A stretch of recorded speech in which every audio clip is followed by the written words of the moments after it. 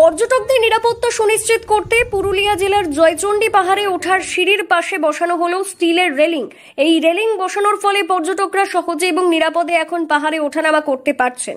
জানা গেছে এই উদ্যোগ বাস্তবায়নের জন্য প্রায় 25 লক্ষ টাকা বরাদ্দ করা হয়েছে সাংসদ তহবিল থেকে। বাঁকুড়া লোকসভা কেন্দ্রের সাংসদ অরূপ চক্রবর্তীর অনুদানে এই রেলিং বসানোর কাজ সম্পন্ন হয়েছে। বছরের প্রায় প্রতিটি দিনেই পর্যটকদের ভিড়ে মুখর থাকে জয়চণ্ডী পাহাড়। বিশেষ করে উৎসবের সময় এবং ছুটির দিনে স্থান হয়ে ওঠে জনসমুদ্র। তবে এতদিন পাহাড়ে উঠতে গিয়ে অনেক পর্যটককে সমস্যায় পড়তে হয়েছে। বিশেষত বয়স্ক শারীরিকভাবে দুর্বল পর্যটকদের জন্য ছিল বাড়তি ঝুঁকি। এবার সেই চিত্র বদলে গেল। রেলিং বসানোর ফলে বিশেষ করে প্রবীণ ও শিশু পর্যটকদের মধ্যে স্বস্তি দেখা দিয়েছে। মানুষের জন্য অনেক সুবিধা হচ্ছে, আমার সুবিধা উঠতে পারবে, নামতে হবে, কোনো ভয়ের কারণ নেই। যতদিন মাঝে ওঠানামা করতে পারবে। উঠেছিলেন? হ্যাঁ, অনেকটাই উঠেছিলাম, 80% উঠেছিল। ভালো লাগছে? অবশ্যই ভালো লাগছে, অবশ্যই ভালো লাগছে। তাদের মতে পাহাড়ে উঠতে এখন আর আগের মতো ভয় লাগছে না। অনেকে আবার বলছেন এর ফলে দুর্ঘটনার আশঙ্কাও অনেকটাই কমবে। সুবিধা অনেকটাই হয়েছে, অবশ্যই বয়স্ক মানুষদের জন্য। 500-র উপরে সিঁড়ি, স্বভাবতই বয়স্ক মানুষদের তো কষ্ট হয়। পর্যটকদের মতে জয়চণ্ডী পাহাড়ের প্রাকৃতিক সৌন্দর্য উপভোগ করতে গেলে শারীরিক কষ্ট একটা বড় বাধা হয়ে দাঁড়াতো। এখন এই রেলিং থাকায় একদিকে যেমন শারীরিক সহায়তা মিলছে, অন্যদিকে মানসিক সাহসও পাওয়া যাচ্ছে।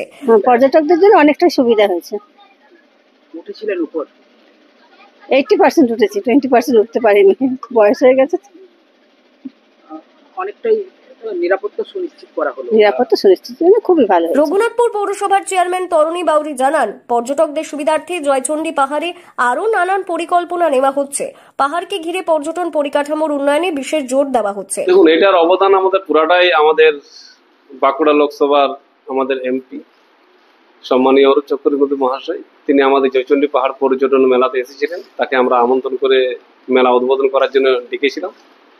তাকে আমরা অনুরোধ করেছিলাম যে আমাদের জয়চণ্ডী পাহাড়ে প্রায় 500-র ওপরে সিঁড়ি হয়েছে, অনেক উঁচুর ওপরে উঠতে হয়, অনেক বয়স্ক মানুষের অসুবিধাও হয়।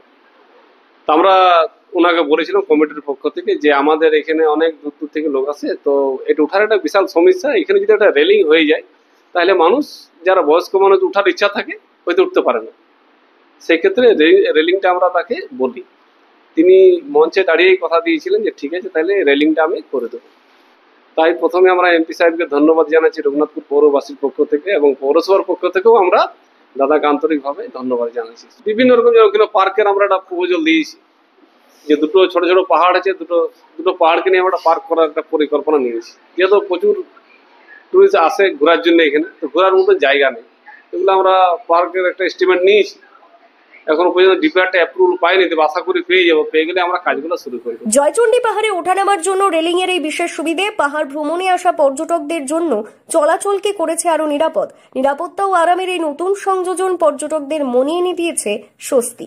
পুরুলিয়া থেকে শান্তনু দাসের রিপোর্ট, লোকাল 18 বাংলা।